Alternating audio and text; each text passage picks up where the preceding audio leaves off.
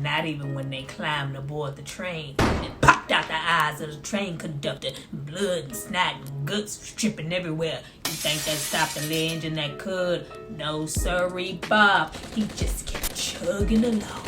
Chugga chugga chugga chugga chugga chugga chugga chugga toot toot. That is until Charlie rigged the bridge with explosive and Bubba was making his way across the dresser. Boom! An explosion happened. And blood and snot and guts and ass was dripping everywhere. And Bubba come crawling out the back. Lula Mae, baby boy. He looked up at me and he said, Payne, I can't feel my legs. I said, Bubba, it's 30 miles to the nearest town. So unless you can flip upside down and walk on your hands, you ain't gonna make it. And then all of a sudden, Charlie was all over the place. It was just me and my side on. And I had no choice but to blast my way out. You'll never take Major Benson Winifred Payne alive. Bam! I saw what you did to my friend. Bam! Bam! Bam! Sensitive. I can't stay.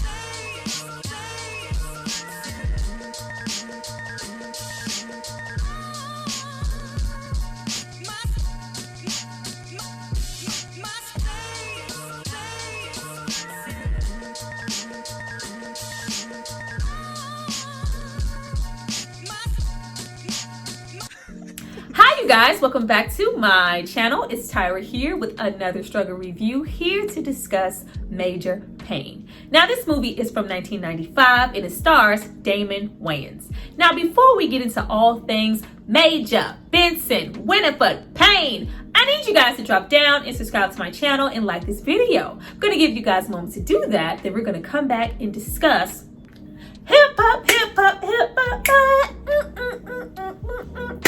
We can get down cause it's in our souls. We can get down cause it's in our, and we're gonna 1, 2, 1, and we're gonna 3, 4, 3, and we're gonna 1, 2, 3, 4, 1, 2, 3, 4. Go back.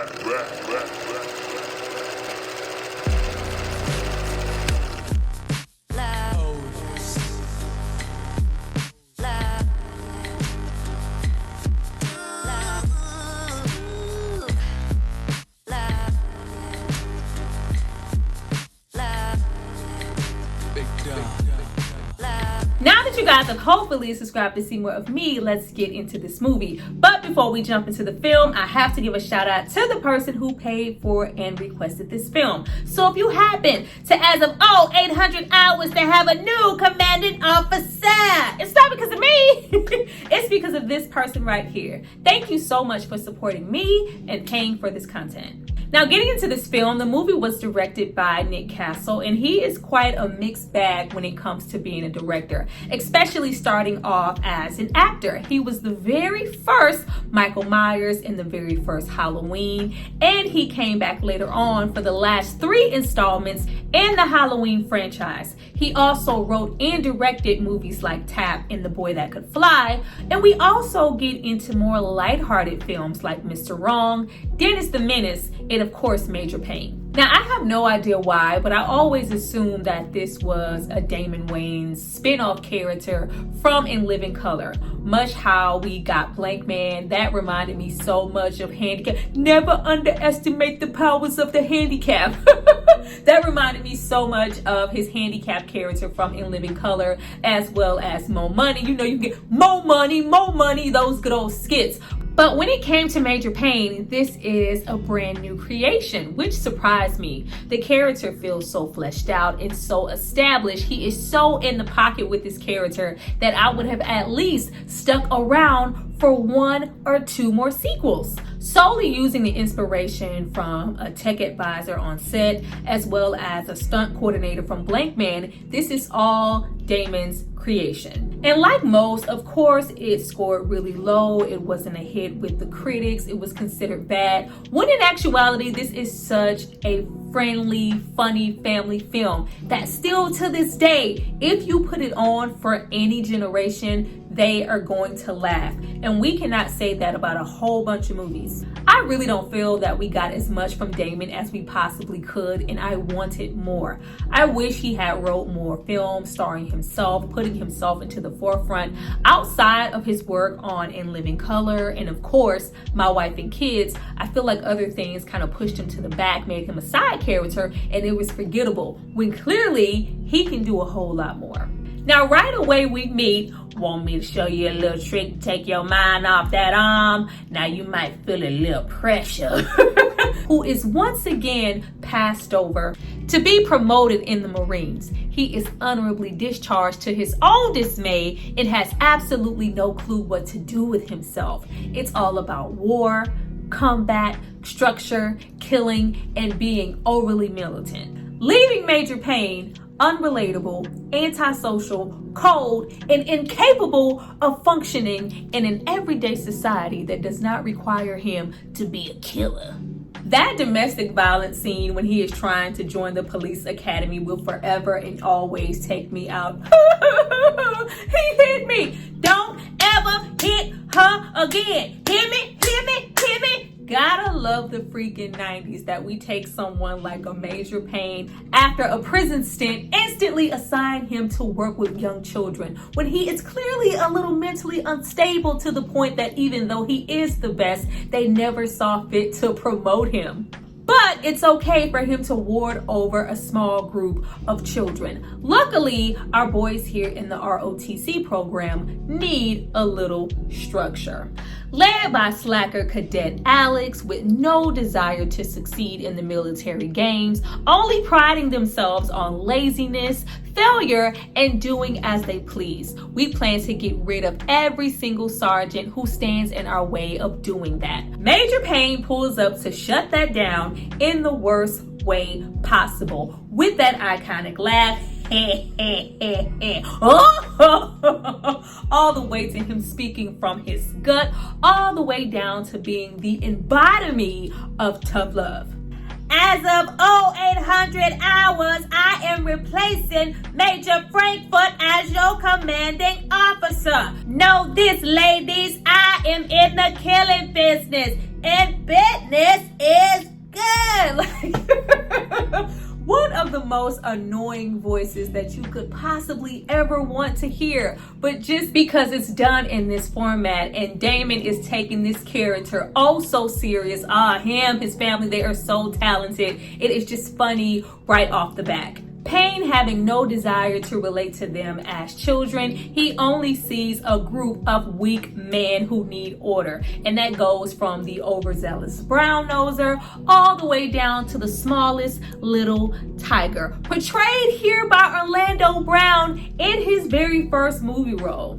I always loved watching Orlando Brown here. He always had this strong presence and this little charisma as a child actor. We are just about the same age, and I can remember Orlando being everywhere. He was in movies. He was most definitely making cameos in every single sitcom that you could think of, whether he was 3J, whether he was on the Jamie Foxx show, whether he was doing voiceover work and portraying Sticky. Even when he grew up and we got to see him be Eddie in That's So Raven, it was just absolutely everything. With the way that his career has wound up, it is so easy to forget that he was that child actor when he was that child actor. And he was, Orlando was outside, before the drugs and the drinking and bop blah blah do bop shibba ba do bop shibba ba do. Yeah. It wasn't always there.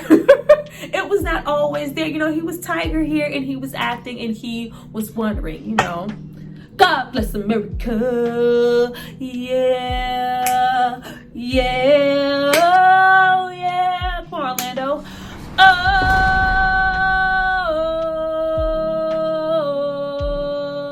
Oh, God bless America. America slaps. I don't care what nobody says. Getting back into this film, I love that this movie is PG-13. I love that this is, that early 90s era where PG-13 really didn't mean a whole lot, and we still, weren't so far into the sensitivity that the culture seems to be today, and we could get away with saying certain things in this movie that we just couldn't say now. So many one-liners, so many memorable quotes from this movie that just fall off of the dome. You could just be watching it, just flash them out. And what are you looking at, ass eyes? Like, who the hell thinks to call a kid ass eyes? What? One tubby, two tubby. Oh, I see we have a sickly boy on our hands. Drop down and give me 25. Even Damon's own son in the film can get it. Oh, come here. You like to see a black man running things, don't you? Malcolm X. Well, come closer. Let me whisper something in your ear. I am not your goddamn brother. Damon made it very clear that a lot of the jokes in this movie were off the dome and improvised by him. And that is just really a testament to his talent. Even when we get into the most criminal statement, oh, I'm sorry, Mr. Handicapped Man. I didn't mean to offend you. Do you read lips? Do you speak sign language? If you don't answer me when I'm speaking to you, I'm gonna put my foot in your asshole. Do you understand? You absolutely cannot do that anymore. We just go on this endless crusade of Major Payne being Major Payne, all while these boys figure out elaborate ways to get rid of him. Meanwhile, he's consistently one step ahead of them, trains them even harder, or just downright embarrasses them. All the while, we have the beautiful Karyn Parsons, aka Hillary Banks, aka Daddy, I need $300, trying to reel him in to be a little bit more sensitive. Often brutal in how he relates to the children, all the while he has a crush on her and begins to reveal his softer side. I didn't stutter, I said pop your titty out the boy's mouth and stop babying him. Well, I don't call it babying, I call it nurturing. Well, I call it neutering. Like, their little dynamic is absolutely adorable. Welcome to the house of Payne. Everything with Payne is absolutely cruel and unusual punishment. You cannot do these things to children. Don't you just miss the 90s? From him making them bury themselves neck deep in dirt and watering their heads, to a grenade-driven obstacle course, to making them jog wearing dresses. I'm just a bald-headed son of a without hair. I'm a bald-headed son of a without hair. This is downright child abuse. Dry off, ladies, cause tomorrow we start the hard stuff. Like, the hard stuff? The cadets share equal parts in this, trying to give him a laxative that turns into a faint-worthy fart. Dressing our heftier cadet up as a woman to take incriminating photos with Payne. We even call ourselves hiring a tough guy to get rid of Major Payne. Nothing works. In the end, they simply have to do what you have to do in all the kid-friendly 90s movies. Learn from each other. Major learning that he can't just constantly breed killing machines and not take accountability for the relationship that he has with them, or the lacking ones that they have outside of him. Alex with his abusive alcoholic father, or Tiger whose parents died in a car accident long ago. Having that one-sided view of structure and being so insensitive to the point that it makes him cynical, the boys would only wind up like Major Payne, which is what he ultimately wants. But Major Payne himself is completely detached and has a big emotional void with people, which leaves him with such a lack of compassion that we could mistake a sweet hug from a 6-year-old boy as a plot. What's your angle, boy? You plotting on me? Like, no, Major Man, he is just trying to show you some affection. Well, I don't like it. Makes me feel all icky. Like, oh, Major needed to get laid. We can barely break down barriers for an attractive woman or go on a regular date. However, when we do get to that, pop that coochie, the butterfly, the moonwalk, the robot is an iconic scene. Damon was dancing his whole ass off. Pop that coochie, hey, pop that coochie, baby, pop, pop, pop the coochie, pop, pop that coochie, baby. I love the dance moves in the club and how they relate to the ending when we have Tiger dancing. You could really see how much his care ran for the boys, that he would teach Tyler those dances that he was trying to run from. Now, in the end, there is no need to be on anyone, especially the pressure we are putting on Cadet Alex, like white on rice and a glass of milk with a paper plate in a snowstorm. Boy, I will put my foot so far up, the water on my knees will quench your thirst. Like, noting that he always truly cared about the boys more than himself, seeing that leadership potential in Cadet Alex. We don't need to plot, nor do we need to steal the trophy. We strictly need to earn it. Not solely for me, not solely for Major Payne, but just because we want to as a team, whether Major Payne is here or not.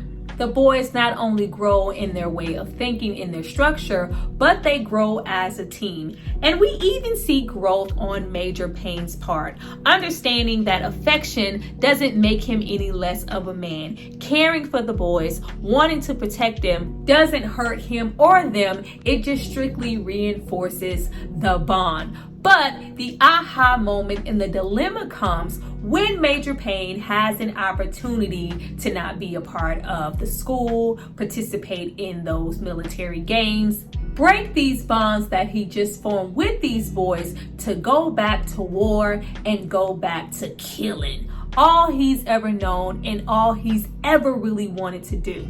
Leaving these boys behind and not even acknowledging the fact that the boys not only see him as a major, but they see him as a protector, a friend, and a father figure. Selfishly, we choose ourselves and not the softness that this woman and these children are turning me into. But in the end, this happens to be a blessing in disguise for both parties. Not only do our boys succeed, but we have Alex, the cadet, who was once wavering, step up and be an even stronger force for those boys. And we have Major finally realize that he desires a little bit more than combat, killing, and war. And an unapologetic Major Payne returns with not a whole lot to say. Let's win this thing. Maybe I like you. Like that's it. Maybe I like you a lot. Or that's it. Don't push the maybe, baby. Like that's all you're gonna get out of me. I love that. Even down to all that training and hard work paying off, and our leader, Cadet Alex, being tripped, hurt, and not able to lead. So we have to have Tiger step up and do it. I can't do it. I'm too little. You want me to tell you the story again about the little engine that could? No? Then get out there and toot that horn, boy. Toot, toot, toot, toot. Major, noticing who his boys were from the beginning, knew exactly who to put out there. We pull from what not maybe, considered the strongest suit from our boys, the rapping, the joking, the dances, and make it a part of our routine. Now here we are together, ready to do whatever. We started off as boys, now we're men and we're making noise. Go Tiger, do that, do that. Oh, oh. Salute! Even remember to factor in our deaf cadet and his abilities to flip that gun. Homie did it blindfolded. Flawless, adorable. Go tell Ma to bring me my field knife. Of course, we have decided to stay at the school, stay with those boys, and be the father we always wanted to be to Tiger, and finally get some from Karyn Parsons. Man, he needed to get laid. The Major needed to relax. Oh, I see we got us a boy here with a little attitude new problem, but I could take care of that. Like, oh, not us shaving. Just so insensitive. Like, such a great time to be able to say these things on TV. Like, what the hell would anybody want with a blind dog? He's my blind seeing eye dog. I'm the one who's blind, you idiot. Toot toot. Major Payne will forever and always be a good time. Well, you guys, that was my review for Major Payne. Please drop down and tell me if you enjoyed it. Toot toot. I look forward to reading all of your comments. I look forward to seeing y'all hit that like button and showing your girl some love. I see you guys next time for my next video. Bye.